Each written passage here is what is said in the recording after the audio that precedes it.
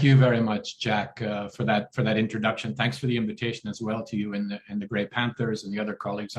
And congratulations on a terrific panel that you've put together. Look forward to hearing from all of them. And also congratulations on this linking up with youth and taking an intergenerational approach and trying to build intergenerational solidarity around these issues. I think it's absolutely essential. As you pointed out, the human rights of older persons are about the human rights of everybody. And I think building those intergenerational connections is really very important. But I have to say that I think it's time for a really strong call to action on this issue. I mean, as we're talking today, the human rights of millions of older persons are under threat, and increasingly so. You have social and economic and political choices in law and policy that are literally sacrificing the lives of countless older persons in the face of the COVID-19 pandemic. And ageist attitudes that have always been with us are being further inflamed in the context of this pandemic. And I have to say that so devastating have been the developments that we've been all, of the last 18 months in particular, that we've all been forced to learn a new word: cenicide. We know that older persons and those with underlying conditions are at higher risk of serious illness and death from COVID-19. We know now that older persons have been denied health services, care and support. They've been physically and socially isolated. They've been made victims of ageist attitudes.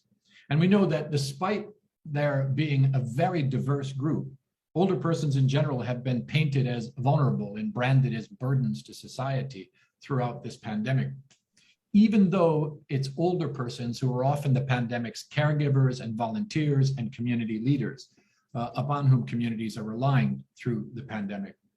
We have reports from care homes and institutions revealing neglect and isolation and lack of adequate care and services, including healthcare and social and legal services. We know that the lockdown measures have resulted in more abuse and neglect of older persons. And care facilities have often been granted immunity from legal liability for COVID-19 related deaths, and older persons forced to waive their right to legal action to defend or remedy their rights. Remember that remedy itself is a human right under international law, and this is a very clear breach. So in this context, much stronger action by all of us to protect the human rights of older persons is now an urgent imperative. And here's what I mean.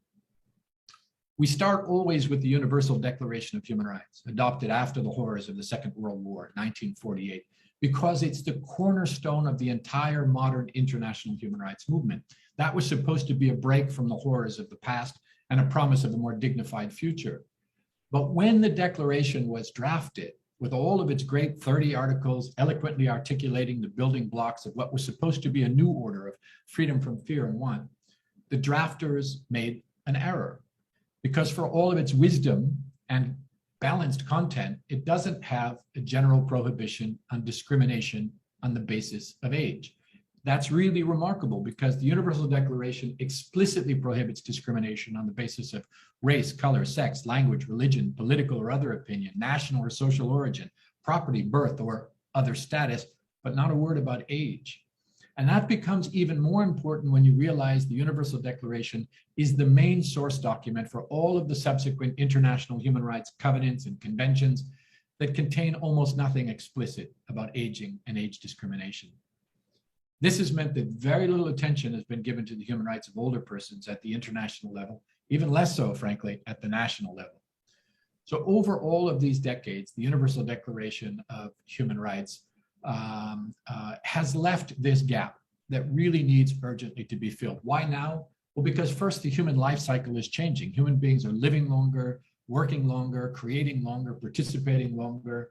People get married if they're going to get married later, they get their education later, they have children later, they retire later, if at all. Secondly, older persons are a very large and growing constituency of humanity. There are over 740 million older persons in the world today. In a few years, we will pass 1 billion older persons. And by 2045, for the first time in history, there'll be more older persons than children in the world. Third, this is a constituency that's increasingly subjected to a broad range of violations of their civil, political, economic, social, and cultural rights, perpetrated against them because of their status as older persons. Ageism, age discrimination, exclusion, deprivation, and abuse. This includes institutional neglect and abuse, denial of work, social security, healthcare, and other services, denial of a voice in political processes, targeting by con artists and violent criminals, and interference in their autonomous decisions about their own personal finances, property, housing, and medical care. And finally, there are yawning gaps in the legal, regulatory, policy, and programmatic frameworks at the national and international levels, which have left older persons without adequate protection, redress, and power. At the global level, more than 70 years after the adoption of the Universal Declaration of Human Rights, and with international treaties in place to address a broad range of special groups and subjects of discrimination, there is still no dedicated international convention on the prohibition of age discrimination and the protection of the human rights of older persons. So if older persons represent a large and growing constituency who are entitled to live free and equal in dignity and rights, and yet who suffer particular forms of abuse precisely on the basis of their status as older persons, then we can say that the invisibility of so significant a population in international human rights is itself a statement of our society's deprioritization and neglect of the human rights of older persons. There's a growing body of evidence now that shows that in countries across the globe, the experience of age is increasingly an experience marked by vulnerability, exclusion, discrimination, deprivation, and abuse. We've even seen that in places where indicators of racism and sexism are declining, evidence of ageism is increasing. So in the absence of international standards, in the face of low or often non-existent national standards, shocking cases of institutional neglect and abuse of seniors continue. In other cases, older persons are denied work or social security, essential services, and the full range of economic and social rights. Public policy at the national level lags behind the need, and many in this disempowered group are denied a voice in political processes. Older persons, even who are capable of making their own decisions about their finances and property and medical care, are often denied the legal capacity to do so. So some of the areas where the gaps are most evident relate to legal capacity and legal planning, equality before the law, especially the subject of various forms of guardianship. We find similar challenges in standards for long-term and institutional care. We've all heard the heartbreaking stories of older persons denied care or forced to live in unsanitary conditions, subjected to physical abuse, sequestered against their will, and exploited financially and otherwise. The problem here is not the absence of resources to protect older persons, but rather the absence of standards and of enforcement and of political will. While international frameworks to address violence against women and violence against children are largely in place, there is no equivalent for violence against older persons, in spite of the well-documented global reality of the targeting of older persons on the basis of their age and their perceived helplessness. We've all heard the stories, and I don't need to repeat them here, but other gaps are evident as well. Issues at the heart of the aging experience, like mandatory retirement ages, access for older persons to productive resources, political and social participation, standards for end-of-life care, palliative care, geriatric health care, all of these lack human rights standards at the national and international levels. So remedying these broad and long-standing protection gaps requires much more than just piecemeal approaches. That's why a lot of people, including us in the international community, have already mobilized to promote the adoption of an international convention on the human rights of older persons, a new human rights treaty to protect the rights of older persons. And the reasons for this, I can say, are compelling, and there are many. An international convention would provide a comprehensive framework for setting standards, a single global platform for advocacy, a vehicle for constructive international dialogue and cooperation, and an instrument for accountability. It would facilitate global monitoring of human rights, benchmarking, data collection, disaggregation, reporting.